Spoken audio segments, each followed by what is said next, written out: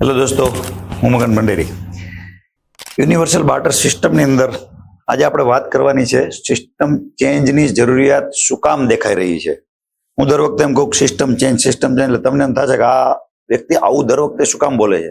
પણ તમે તમારી અંદર કોઈક દીક વિચાર કરજો કે ભાઈ આ દેશ મારો છે અને મારું હોવાની જો ભાવના હોય તો મારી અંદર કંઈક નવા વિચારો આવવા જ જોઈએ કે આ વસ્તુ આ થઈ રહી છે અને વારંવાર એનું પુનરાવર્તન થઈ રહ્યું છે તો આ ક્યારે અટકશે અથવા તો એનું પરમેનન્ટ સોલ્યુશન શું છે. આ મારો પોતાનો ફરજ છે, મારી પોતાની મારો અધિકાર છે કે હું સજેશન આપું લોકોને કે આવું કરો એમ. તો મારું પોતાનું સમજવાથી શું ફાયદો થાય ને એની એક કહાની કહું. અમેરિકન રેલવેની અંદર કર્મચારીઓ કામ કરતા હતા, એટલે 5-6 મજૂરો એની રીતે મહેનત કરતા હતા. એમાં એક રેલવેની એક બોગી જે અધિકારીઓને લઈને આવતી જતી હોય એવી એક આવેલા કામ કરતા હતા. એ લોકો સાઈડમાં થયા, એને એમ કે આ પાસ થઈ જશે. પાસ થવાને બદલે ત્યાં ઊભી રહી એટલે અંદરથી કમ્પાર્ટમેન્ટ આખો એસી ઓફિશિયલ ટાઈપનો, એને અંદર બહાર આવી અને એક વ્યક્તિને એવું કીધું કે જીમ કમ ઇન ઇનસાઇડ. એને એવું કીધું કે જીમ અહીંયા આવો. એટલે ઓલા બધા વિચારતા થઈ ગયા કે આ જીમ અમારે યાર કામ કરે છે, બરોબર, તો આ કેમ અંદર બોલાવે છે આપણને. તો એને થયું કે સારું હશે કોઈક જાણીતું. એટલે ગયા અંદર બેઠા, અડધી કલાક સુધી બે મસ્ત મજાની વાતો કરી. આવું થયું તેવું થયું. પછી એને ટાટા કરીને એ ગાડી ઓફિસર સાથે જતી રહી. એટલે ઓલા બધા વિચારવા પડ્યા કે યાર જીમ તને કઈ રીતે આને બોલાવ્યો એમ. તો કે એ મારો બચપણનો મિત્ર હતો. કે શું વાત કરી કે આ તો અમેરિકન રેલવે કોર્પોરેશનનો ચેરમેન છે કે ડેવ એડરસન. શું વાત કરે? તો કે હા. તો કે તો એ ત્યાં તું અહીંયા એનું કારણ શું એમ. એનું કારણ એક છે કે અમે બંને સાથે નોકરીએ લાગ્યા રેલવેની અંદર અને હું કલાકના $30 મેળવવા માટે કામ કરતો હતો અને એ વ્યક્તિ આ રેલવે અમેરિકન રેલવે મારું છે, પોતાનું છે, અને આમાં હું શું કરી શકું એ દિશામાં કામ કરતો હતો. એને પૈસા માટે નહોતો કામ કરતો. એટલે દોસ્તો એક વસ્તુ જિંદગીની અંદર યાદ રાખજો, બધી વસ્તુ પૈસા માટે નહીં, ક્યારેક આપણા દેશ માટે પણ કંઈક કરીને જોવો. સિસ્ટમ ચેન્જ તો તમને ફ્યુચરની અંદર એ પોસ્ટ ઉપર એ વિચાર, એ તમારા જે એફર્ટ છે એ વસ્તુ એ જગ્યાએ લઈ જઈને મૂકી દેશે કે જેની તમે કલ્પના જ નહીં કરી હોય. આપણે સિસ્ટમ ચેન્જ શું કામ વિચારીએ છીએ? તમે એનું એક નાનું ઉદાહરણ આપું. માનો કે તમે તમારું ઘર બનાવો છો, પાયા ખોદો છો એક્ઝામ્પલ તરીકે, અને એની અંદરથી જૂનો ખજાનો નીકળે, સોના ચાંદી સિક્કા કાંઈ પણ, તો હક કોનો? સરકારનો. લાગે ને? સરકારને જાણ થાય, બધું લઈ જાય. ઓકે, હવે આ જ જગ્યાએ પાયા ખોદતા ને દારૂની પેટી નીકળે તો ખોદો છો તો જમીનમાંથી ને, દારૂની પેટી નીકળે તો એ તમારું થાય, ગુનો તમારી ઉપર લાગે. આનું કારણ શું એમ? તો અમુક જે સિસ્ટમ જે ચેન્જ કરવી પડે. શું કામ કરવી પડે એવું તમને ઉદાહરણ સાથે સમજાવવું એટલે તમને ખ્યાલ આવશે કે ના આ વાત 100% રાઈટ છે. માની લો કે અત્યારે પોલીસ તમે ગાડી લઈને જતા હોય ને પકડે, ચલણની, દંડની, 5000નો દંડ આવશે, આ આવશે, તે આવશે, બધું તમને સમજાવે. પીયુસી નથી એટલે દંડ અને ગાડી જમા કરવાની બીકે તમે કાં કરપ્શન આપો ને કાં તમે દંડ લઈ લ્યો. હવે આ જે પીયુસી છે, ઇથોનેલ ભેળવવાની મંજૂરી કોણે આપી? પેટ્રોલ ડીઝલની અંદર ઇથોનેલ 5% 10% ભેળવી શકો એની મંજૂરી કોણે આપી? સરકારે. શું કામ? એન્જિનની કાર્યક્ષમતા ઘટાડો. આજે તમે ગાડી લઈ લીધી હાઇલાત કરવાની છે, એન્જિનની કાર્યક્ષમતા ઘટે એટલે પ્રદૂષણ વધે એટલે પીયુસીની જરૂર તમારે પડવાની જ છે. તો ઇથોનેલની મંજૂરી શું કામ આપો? જે લીગલી છે એ જ વેચો ને. સરકાર જ મંજૂરી આપે અને સરકાર જ પાછા તમારી પાસેથી તોડ કરે. તો એટલા માટે સિસ્ટમ છે નહીં. માનો કે તમે અત્યારે રોડ ટેક્સ ભરી દીધો, બરાબર, તમે ટોલ ટેક્સ ગયા, ટોલે કપાવવા માંડ્યો. આપણે એમ નથી કહેતા ટોલ ન હોવો જોઈએ, ટોલ હોવો જોઈએ, 100% હોવો જોઈએ. પણ પ્રોબ્લેમ ક્યાં છે ટોલ નહીં સમજાવું. માનો કે અત્યારે આ પર્ટિક્યુલર ટોલ ટેક્સ નાકું છે અહીંયા, આ બાજુ અડધો કિલોમીટર એક ગામ છે, બીજું ટોલ નાકું 50 કિલોમીટર છે, આ બાજુ પણ એક ગામ છે. હવે માની લો કે આ ખેતરવાળો જે છે એને આ ટોલ નાકું પાસ કરીને અહીંયા બાજુમાં જવું છે ખેતરમાં, તો એને ટોલ ટેક્સ ભરવો પડે છે કે ભાઈ હાલો આ કાંઈ એને પાસ કઢાવવો પડે. ભાઈ હું આ ગામનો છું એટલે મને પાસ કાઢી દો, એટલે ગુલામી થઈ પાસ કઢાવવાનો. હવે આ વ્યક્તિ જે આની પછી 1 કિલોમીટરમાં રહે, હવે એને એનું ખેતર 50 કિલોમીટર, જ્યાં બીજું ટોલ નાકું છે જ નહીં, તો એને 50 કિલોમીટર જ્યાં રોડ ઉપર જવું છે ત્યાં સુધી એને કોઈ ટેક્સ લાગવાનો નથી, કારણ કે એને 50 કિલોમીટર ફ્રીમાં મળી ગયા. તો ટોલ નાકું અહીંયા પડ્યું, એમાં ગુનો આ બે ગામનો છે નહીં. તો તો સિસ્ટમ એના માટે અમે કહીએ છીએ કે સિસ્ટમ ચેન્જ કરો. કોઈનો વાંક નથી ભાઈ. તો તમે પાડાના વાંકે પખાલીને ડામ શા માટે આપી રહ્યા છો? હવે આવા નવા 5-6 ઉદાહરણ આપું એટલે તમને ખબર પડી જશે કે સિસ્ટમ ચેન્જની શું જરૂરિયાત ઊભી થઈ છે. હમણાં તમે જોયું છે, ખેડૂતોને ખાતર લેવું હોય તો નેનોની બોટલ ફરજિયાત લેવાની, એ લે તો જ મળશે. આ ગુલામી છે. આના માટે સિસ્ટમ ચેન્જ કરવી પડશે. માનો કે ઇકોઝોનના નામે ખેડૂતોને બધાને દબાણમાં રાખવાના, તમારે આ કરવું હોય તો આમ કરવું પડે, આ કરવું હોય તો આમ કરવું પડે, જંગલ ખાતાની હેરાનગતિ આ તે. એના માટે સિસ્ટમ ચેન્જ કરવી પડે. જે લોકો પૈસાવાળા છે એ કદાચ જંગલની અંદર કોઈ પણ પ્રકારનો ગુનો કરે તો એ થોડાક ટાઈમ પેપરમાં આવે ને પછી ખબર જ ન હોય કે આનું શું થયું રિયલ. કોઈને સજા પડતી નથી. આ દેશમાં કોઈને ફાંસી આપવામાં આવતી નથી. પૈસાના જોરે છૂટી જાય. ગરીબ ખેડૂત હોય અને ભૂલે ચૂકે એના ખેતરમાં કોઈ પણ વન્ય પ્રાણી મરી ગયું તો એ આજીવન જેલમાં હવડતો હોય અને માર ખાય એ વધારામાં. આ માટે સિસ્ટમ ચેન્જ કરવી પડે એમ છે. કોઈ મા બાપના ડિવોર્સ થઈ ગયા હોય અને એ છોકરાને આજીવન જ્યાં જાય ત્યાં બધે એને પેપરો રજૂ કરવામાં, બરાબર, જ્યાં હોય ત્યાં એને જરૂર પડે ગેજેટ ને આ ને તેને, દર વખતેની મજબૂરી હોય પેપરો બનાવવાની.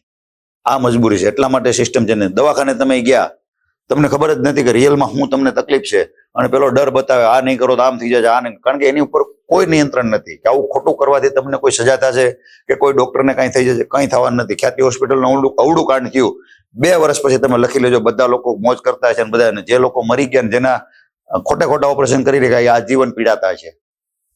આના હિસાબે સિસ્ટમ ચેન્જની જરૂર છે. હમણાં થોડાક ટાઈમ પહેલા મધ્યપ્રદેશમાં આવ્યું હતું, બરાબર, કે ભાઈ 100 કરોડ રૂપિયાની લાંચ પકડાણી, 2 લાખની લાંચમાં પકડાણી, 100 કરોડની સંપત્તિ પકડાણી. તો આ બધાને તમે શું માનો? સરકારને ખબર નથી? તમે તમારા ઘરેથી કોકને એક ઈમેલ કરો તો એ સરકારનું બધું ધ્યાન હોય અને આવા ભ્રષ્ટાચારી લોકોની સરકાર ખાલી પછી તપાસના નામે ઘોડો છૂટી ગયા પછી 6000 કરોડનું હમણાં બીજ કૌભાંડ થઈ ગયું. 21 બેંકના એકાઉન્ટ ખુલ્યા, હજારો લોકોને, 12 કંપનીઓ બની, બધું થઈ ગયું. છેલ્લે બધું પૂરું થઈ ગયું પછી સરકાર દોડી કે હવે પકડી લ્યો બધાને, પૂરી દો. તો એનાથી હું આજે આમ જનતાના પૈસા ગયા એનું શું? એટલા માટે સિસ્ટમ ચેન્જની જરૂર છે. ઘોડા છૂટી ગયા પછી તબેલાને તાળું મારવાથી કાંઈ ન થાય.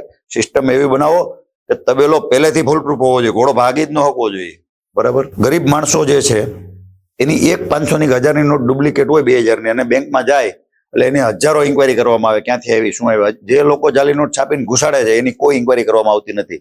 એક ફાટેલી નોટ તમારે બદલાવી હોય તો 3 ધક્કા થાય બેંકની અંદર, ત્યારે તમને બદલી દે. આનું નામ ગુલામી છે. આ સિસ્ટમ ચેન્જ કરવાની જરૂર છે. ઉદ્યોગપતિ હોય એની હજારો કરોડની લોન NPA થઈ જાય તેને માફી આપવામાં આવે, નવેસરથી ધંધો કરવાની બધું આપવામાં આવે. અને જ્યારે આપણો ખેડૂત, કોઈ પણ વ્યક્તિ નાનો હોય, લોન ન ભરી શકે તેને ઉપરથી પ્રેશર દેવડાવવામાં આવે, એનું મકાન સીલ કરી દેવામાં આવે. ખેડૂતોને ફરજિયાત પ્રેશર કરવામાં આવે કે ભાઈ વર્ષ પૂરું થયું તમે નવા જૂનું કરી જ જાઓ, બરાબર. એની પાસે ન હોય એટલે કોકને વ્યાજે લઈને કરે છે બિચારા. આ માટે સિસ્ટમ ચેન્જની જરૂર છે. બીજું, ગુજરાતના 6 શહેરોને સ્માર્ટ સિટી બનાવવાનો પ્રોજેક્ટ મૂકવામાં આવ્યો હતો આજથી 5-7 વર્ષ પહેલા. 10,824 કરોડ રૂપિયા બગાડવામાં આવ્યા. કેટલા? 10,824 કરોડ. એક પણ સ્માર્ટ સિટી બન્યું નહીં. કારણ મનસા જ નથી. આ જે પૈસા ટેક્સના આપણે ભરી રહ્યા છીએ એનો યુઝ કરવા માટે જે સારા લોકો અને વિકસિત માઇન્ડના લોકો જે હોવા જોઈએ એ ઉપર લેવલે જ નથી, બરાબર. કુવામાં જ નથી તો એવડામ ક્યાંથી આવવાનું? આપણે વાટ જોયા જ કરવાની છે કે આજે ભરાય, આજે ભરાય, આજે ભરાય. જે બાલ્ટી આપણે ભરી રહ્યા છીએ ટેક્સ આપીને એ બાલ્ટીને હેઠે તળિયું જ નથી. તમે ગમે એટલું પાણી નાખો તો ભરાવાની જ નથી. એટલે કોઈ દી અપેક્ષા રાખતા નહીં કે આ બાલ્ટી ભરાશે અને આપણને પાણી પીવા મળશે. ભરાવાની જ નથી જ્યાં સુધી તમે સિસ્ટમ ચેન્જ નહીં કરો. અને તળિયું મારવું જ પડશે આપણે. તળિયું મારવું એટલે હું? ભ્રષ્ટાચાર મુક્ત ભારત.